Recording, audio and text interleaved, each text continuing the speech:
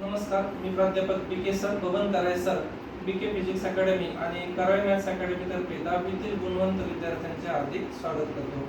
आता 10वीतील गुणवंत विद्यार्थ्यांना तसेच त्यांच्या पालकांना हा प्रश्न पडला असेल की आता पुढे काय.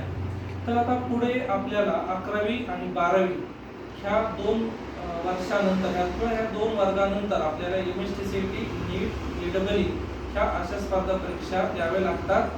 12वी नंतरचे जे ऍडमिशन्स असतात ते सगळे जे ऍडमिशन्स आहेत ते या स्पर्धा परीक्षेच्या मार्गावरती असतात. आता याच्या स्पर्धा परीक्षा असतात त्याला 11वी तसेच 12वीचा सिलेबस आहे. मग हा जो सिलेबस आहे या ज्या एक्झाम आहेत या 12वी बोर्ड नंतर होतात. मुलांना 11वी आणि 12वी जर प्रॉपर येत असेल तर त्या मुलाला या एक्झाम ह्या खूप सोप्या वाटतात.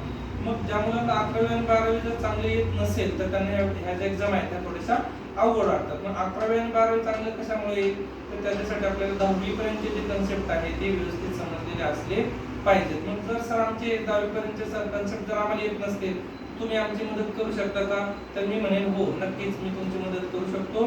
त्या दृष्टीने आम्ही ब्रिज कोर्स सुरू केलेला आहे. हा जो ब्रिज कोर्स आहे हा सकाळी 8 ते 10 या वेळेत असतो.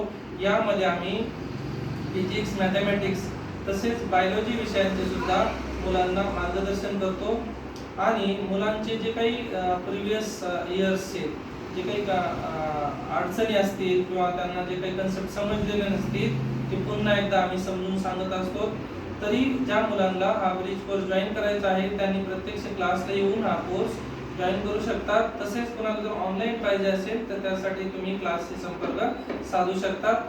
तर पुन्हा एकदा 10वीतील सर्व विद्यार्थ्यांचे, गुणवंत विद्यार्थ्यांचे हार्दिक आभार आणि कराळे मॅथ्स अकॅडमी आणि बी.के. फिजिक्स अकॅडमी जॉईन करण्यासाठी आपले सहर्ष स्वागत. थँक्यू.